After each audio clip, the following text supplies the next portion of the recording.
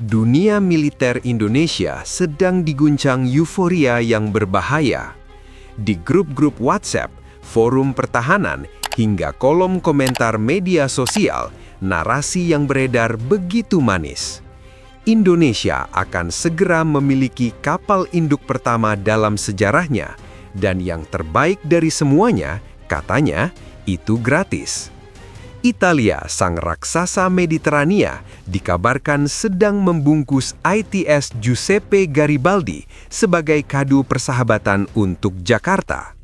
Netizen kita sudah berpesta pora, membayangkan bendera merah putih berkibar di atas dek penerbangan yang gagah, membayangkan kedaulatan kita di Natuna Utara dan Ambalat terkunci rapat tanpa celah. Namun, di balik kegembiraan massa yang meluap-luap ini, tersimpan sebuah fakta dingin yang bertolak belakang dengan emosi kolektif kita. Apakah kalian benar-benar percaya ada negara anggota NATO yang sudi menyerahkan aset strategis senilai triliunan rupiah hanya demi persahabatan?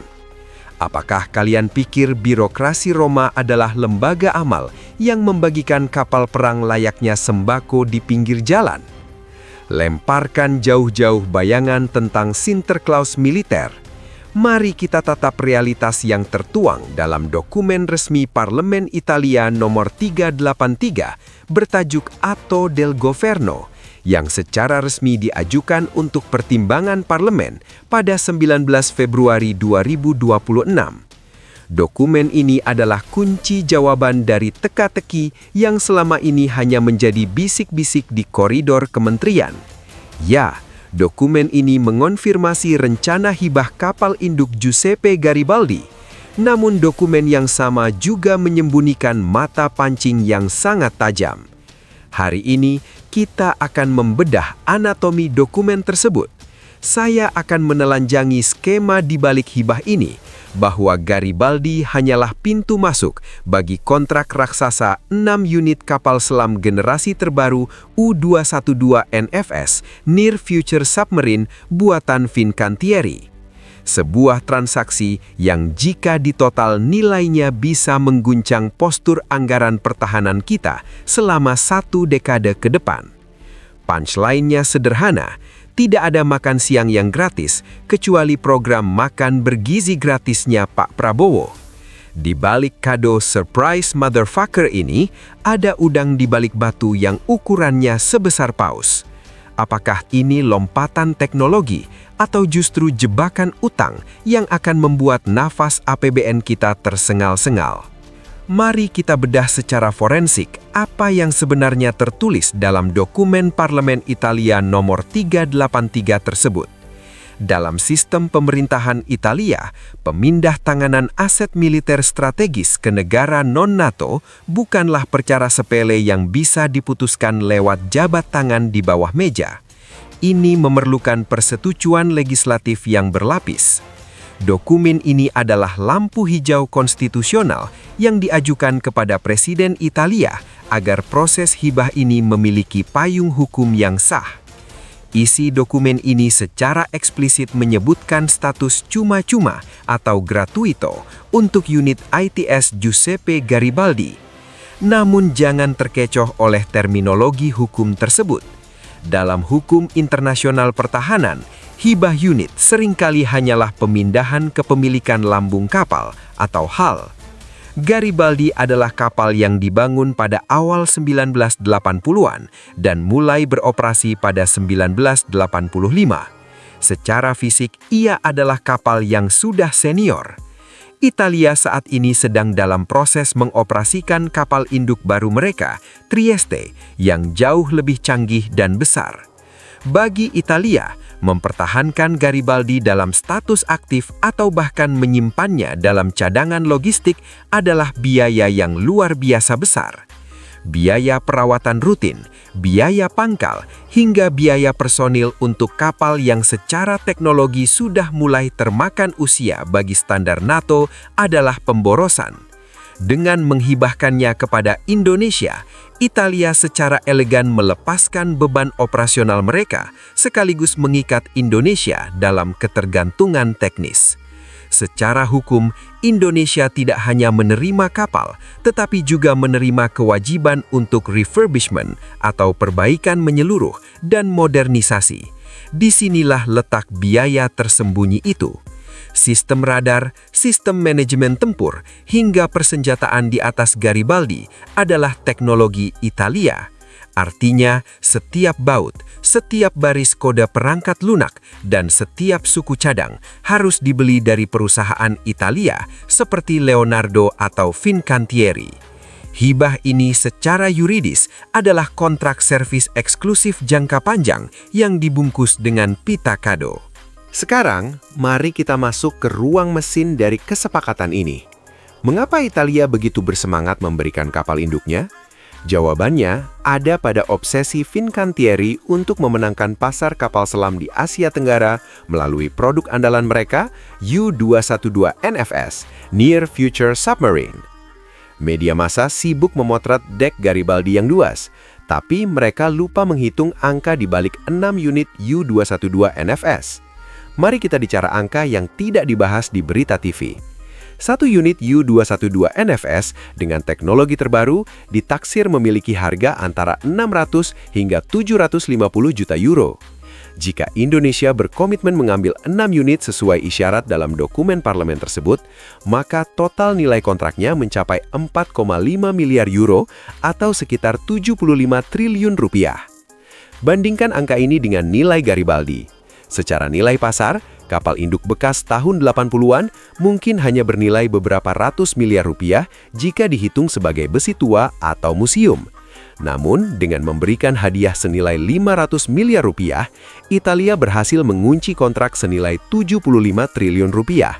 Secara matematis, ini adalah strategi pemasaran paling jenius dalam dekade ini. Italia tidak sedang memberi hadiah, mereka sedang melakukan upselling tingkat dewa. Analogi sederhana, bayangkan Anda diberikan sebuah printer laser industri canggih secara gratis oleh sebuah perusahaan. Anda sangat senang. Namun setelah printer itu sampai di kantor, Anda baru menyadari bahwa tinta tonernya hanya diproduksi oleh perusahaan itu. Kertasnya harus ukuran khusus dari mereka, dan biaya servis bulanannya setara dengan cicilan satu buah mobil mewah. Anda mendapatkan printernya gratis, tapi Anda menjadi budak konsumsi perusahaan tersebut seumur hidup. Garibaldi adalah printernya, dan 6 unit kapal selam U-212 NFS beserta kontrak perawatannya adalah tinta tonernya. Tapi tunggu, apakah U-212 NFS sepadan dengan harganya? Secara teknis, ini adalah Ferrari di bawah laut. Berbeda dengan kapal selam kelas Nagapasa yang masih menggunakan baterai timbal asam konvensional yang mengharuskannya sering muncul ke permukaan untuk mengambil napas atau mengisi daya dengan mesin diesel, U-212 NFS menggunakan sistem lithium iron phosphide. Ini memungkinkan kapal selam tersebut bertahan di bawah air jauh lebih lama, bergerak lebih senyap, dan memiliki densitas energi yang lebih besar. Ini bukan lagi ikan sapu-sapu yang dikit-dikit nguap ke atas. Ini adalah predator puncak yang bisa bersembunyi di kegelapan samudra selama minggu-minggu tanpa terdeteksi. Lalu di mana posisi Indonesia dalam papan catur ini? Apakah kita sedang dimanfaatkan atau kita memang butuh jebakan ini untuk selamat? Disinilah kita harus melihat melalui kacamata The State Guard dan The Ethics of Power. Indonesia saat ini berada dalam posisi terjepit secara geopolitik. Di utara, klaim sepihak Cina atas Laut Natuna Utara tidak akan surut hanya dengan protes diplomatik. Di selatan, aliansi AUKUS sedang mempersiapkan Australia untuk menjadi operator kapal selam nuklir. Jika Indonesia tetap bertahan dengan postur Angkatan Laut saat ini, yang hanya memiliki segelintir kapal selam aktif, maka kedaulatan kita hanyalah sebuah narasi di atas kertas. Secara konstitusional, negara wajib melindungi segenap bangsa dan seluruh tumpah darah. Hukum internasional memang mengakui kedaulatan kita, tetapi di laut, hukum yang berlaku adalah siapa yang memiliki pemukul paling keras. Memiliki kapal induk, meskipun bekas, memberikan Indonesia kemampuan power projection. Ini adalah simbol bahwa kita bisa menggerakkan pangkalan udara terapung ke titik konflik manapun di Nusantara. Hibah ini memberi kita payung hukum untuk melakukan modernisasi besar-besaran dengan justifikasi pemeliharaan aset hibah. Keputusan untuk mengambil skema ini bukan hanya soal hitung-hitungan untung rugi di atas kertas akuntansi. Ini soal martabat. Menjadi negara Asia kelima yang mengoperasikan kapal induk bersama India, China, Jepang, dan Thailand akan menempatkan Indonesia dalam liga yang berbeda di mata dunia. Ini adalah pernyataan politik bahwa Indonesia tidak akan lagi menjadi penonton dalam perlombaan senjata di kawasan. Meskipun kontrak U-212 NFS sangat mahal, ini adalah investasi untuk menutup celah keamanan bawah air kita yang sudah kritis sejak tragedi KRI Nanggala 402. Kita butuh minimal 12 unit kapal selam untuk menjaga 17.000 pulau. Jika kontrak Italia ini terrealisasi, kita sudah mengamankan setengah dari target tersebut dengan teknologi kelas 1 NATO. Mahal? Ya. Berisiko? Tentu. Tapi itulah harga yang harus dibayar untuk sebuah martabat bangsa. Visi besar Indonesia adalah menjadi Global Maritime Fulcrum. Namun, visi itu tidak akan pernah tercapai jika kita hanya mengandalkan kapal-kapal patroli kecil. Kapal induk Giuseppe Garibaldi akan menjadi laboratorium terapung. Ini adalah tempat bagi para perwira muda TNI AL untuk belajar doktrin perang laut modern, belajar bagaimana mengelola logistik sebuah pangkalan udara di tengah samudra, dan belajar bagaimana mengintegrasikan berbagai armada dalam satu komando terpadu. Kita membeli waktu, kita meminjam sejarah Italia untuk membangun masa depan kita sendiri. Saya prediksi meskipun akan ada perdebatan sengit di Komisi 1 DPRH soal anggaran, pemerintah tetap akan mengeksekusi skema ini. Tekanan geopolitik terlalu besar untuk diabaikan. Garibaldi akan tiba di perairan Indonesia sebelum 5 Oktober 2026. Ia akan menjadi bintang utama dalam parade HUT TNI ke-81, membelah ombak di hadapan mata dunia dan mengirimkan pesan jelas kepada tok dalang di seberang sana bahwa peta kekuatan Asia Tenggara telah berubah.